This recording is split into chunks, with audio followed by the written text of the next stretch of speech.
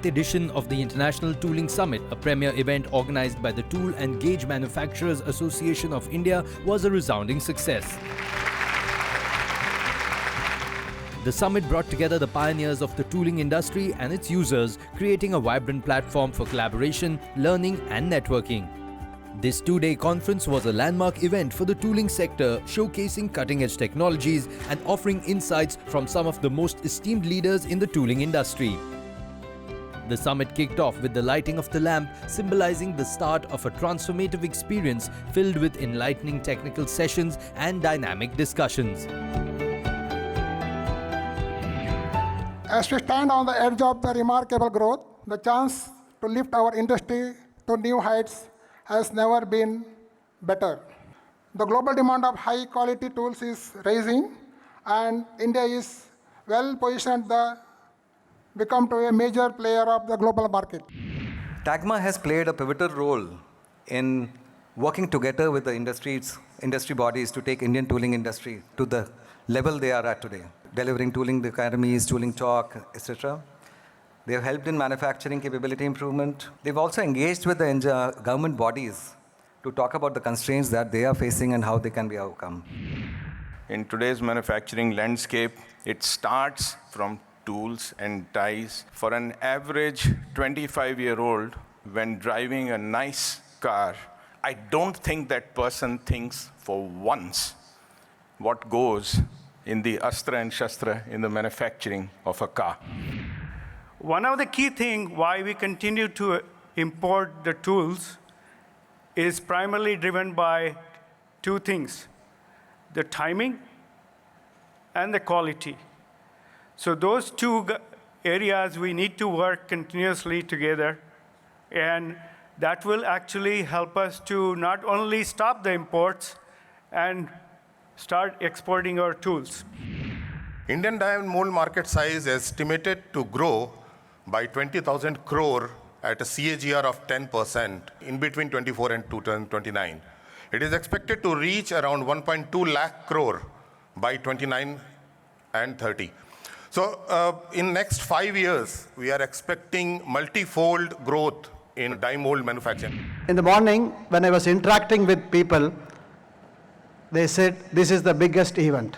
This 8th edition has got 500 plus delegates here.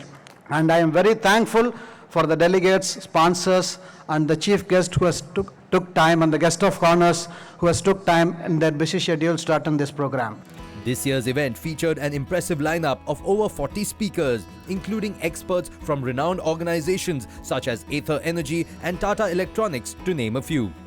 Attendees had the opportunity to participate in 11 technical sessions and 4 panel discussions focusing on industry perspectives, technological advancements, and the challenges and opportunities that lie ahead. Each tool room industry, I think they need to identify which is the risk which is relevant for them, and then take necessary actions so that going forward, they should be in a much stronger position. We have now a concept called software-defined vehicles, which means the electronics is the hardware and the backbone, and software is driving the vehicle because of the customization needs or preferences.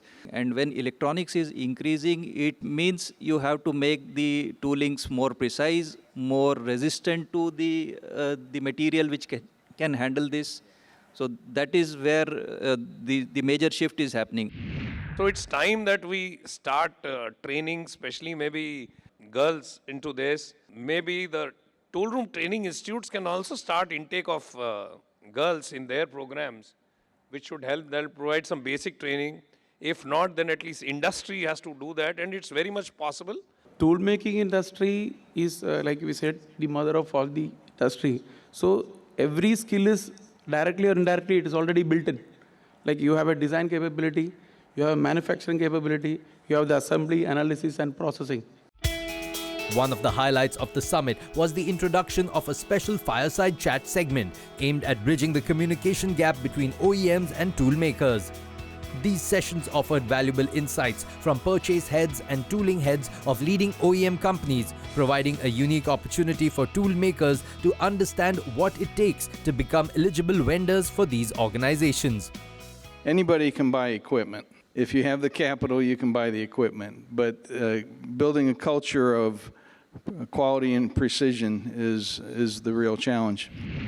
One of our tool maker very proudly has posted in the social media saying like, we are the part of Aether Energy Rista, who has developed the entire tools in 7 weeks. In 7 weeks? In 7 weeks. Wow. That's none other than Devu tool. I'm proudly taking the name also here. Yeah, I think that's quite commendable. Additionally, the summit celebrated and honored top industry leaders for their groundbreaking contributions to the sector.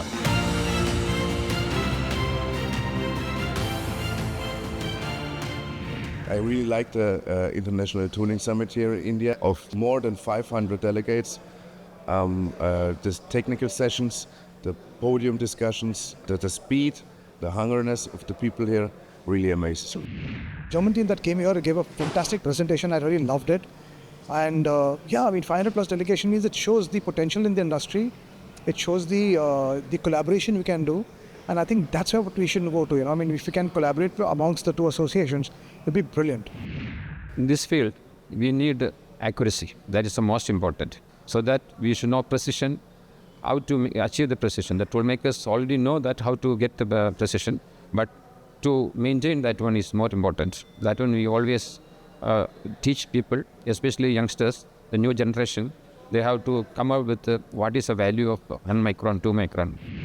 The whole fraternity as a collective ecosystem, we should focus on a skill upgradation, a skill retention, training, kind of apprentice programs, and from government, I think the support should be given to tooling industry for the better funding. There is always a norm given to tooling that a tooling is a very high skill job. What we need to do is, the new generation need to do is they have to de-skill the tooling process. Where there is no skill requirement, try to automate it with something else. So then what will happen, you are speeding up, and then you are also making sure that even if you don't get skilled people, your job is done. Try to focus only where the skill is required. Try to keep people only for that particular job profile. Then you will be able to sustain for a longer period of time. With over 450 attendees, the International Tooling Summit 2024 set out to be a pivotal event for professionals eager to stay ahead of the curve, discover the latest market trends, and expand their professional networks.